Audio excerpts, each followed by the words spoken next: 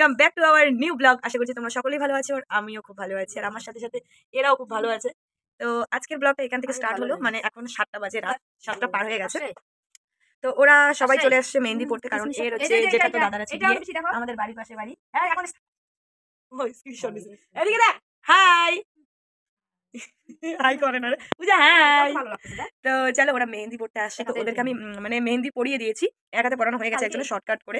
তো ব্লগটা আমি এখন স্টার্ট করলাম, একটু লেট হয়ে গেছে, ভাবলাম করবো না, কালকে স্টার্ট করবো, কালকে বিয়ে আছে। তো তারপরেও ভাবলাম যে না, এখন স্টার্ট করে দিই। তো চলো দেখো তোমাদের, তো চলো তোমাদেরকে দেখাচ্ছি কিভাবে কিভাবে মেহেंदी करेছি।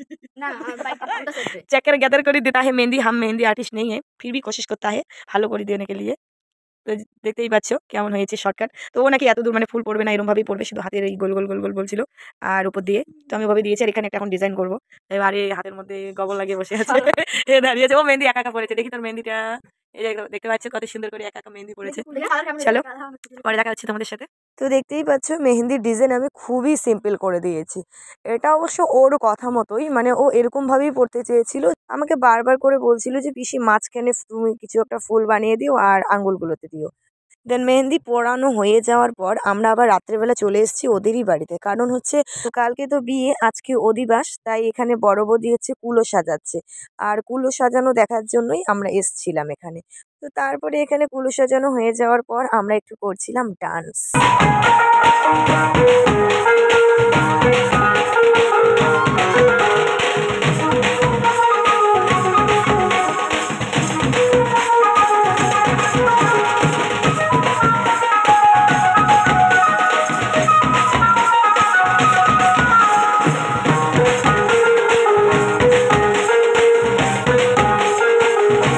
বিয়ে বাড়িতে একটু নাচানাচি না করলে যেন বিয়ে বাড়ি মনেই হয় না।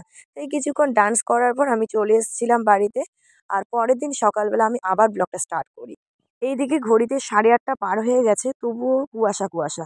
আজকে মনে হচ্ছিল যেন সারাদিন কুয়াশা থাকবে, আর সত্যি সেটাই হলো। সারাদিন কুয়াশা, ঠান্ডা ঠান্ডা ভাব। অনেকে তো হয়তো স্নানও করনি তোমরা আজকে, যে ঠান্ডাটা পড়েছিল। আর আমাদের দেখো সর্ষে গাছ উঠেছে, কি সুন্দর লাগছে না? দেন কিছুক্ষণ সময় কেটে যাওয়ার পর আমরা রেডি হয়ে বেরিয়ে পড়েছি ওদের বাড়িতে আবার যাওয়ার জন্য, কারণ যেই ভাইস্তাটার বিয়ে ওর হচ্ছে আজকে জল ভরা। সবাই কি সুন্দর করে হলুদ শাড়ি পরেছে দেখতেই পাচ্ছ।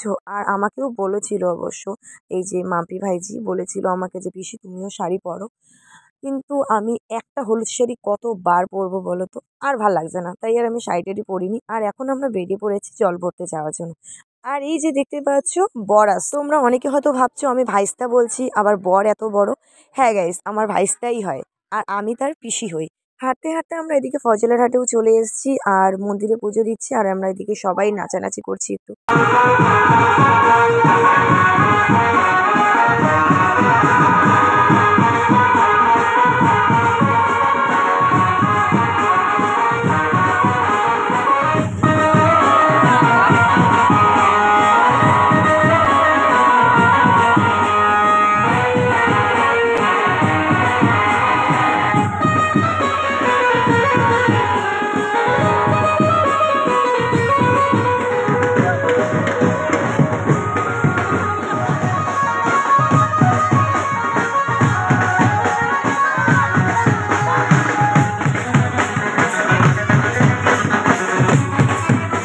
নাচতে নাচতে আমরা চলে এলাম জগদ্ধাত্রী মন্দিরের এইদিকে।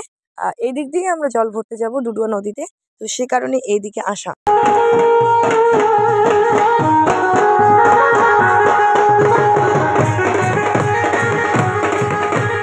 বাজি তো অনেকক্ষণে এসেছিল, কারণ 11টার দিকে জল ভরতে আসার কথা ছিল। ওদের বাড়িতে অনেকটা সময় নষ্ট হয়ে যায়, যে কারণে হচ্ছে বাজি আর বেশিক্ষণ থাকবে না, কারণ অন্য জায়গাতেও বিয়ে আছে তাদের, সেখানে যাবে তারা বাজি বাজাতে। তাই নদীর ওই সাইড দিয়ে আমাদের যাওয়া হয়নি।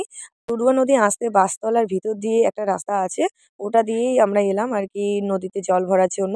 আগে অবশ্য এই দিকেই ছিল নদীটা, এখন ওই দিকে হয়ে গেছে। আর এই দিক দিয়ে আমরা আগমনী শ্যুট করতে গেছিলাম, কিন্তু তোমরা জানো সেটা, অনেকেই দেখেছিলে ব্লগে। তো এখানে যা যা কাজ থাকে ওদের, আর যেহেতু ওদের নিয়মটা একটু আলাদা আমাদের নিয়মের থেকে। যেমন ধরো আমাদের জল ভরতে গেলে 5 জন অবিবাহিত মেয়ে লাগে, বা 3 জন হলেও হয়। আর ওদের মধ্যে ওরকম লাগে না, 3 জন মহিলা হলেও ওরা জল ভরতে পারে। তো জল ভরা হয়ে যাওয়ার পর আমরা চলে এসেছি বাড়ির দিকে। আর ওদের বাড়িতে এসে আবার আমরা নাচানাচি শুরু করে দিয়েছি।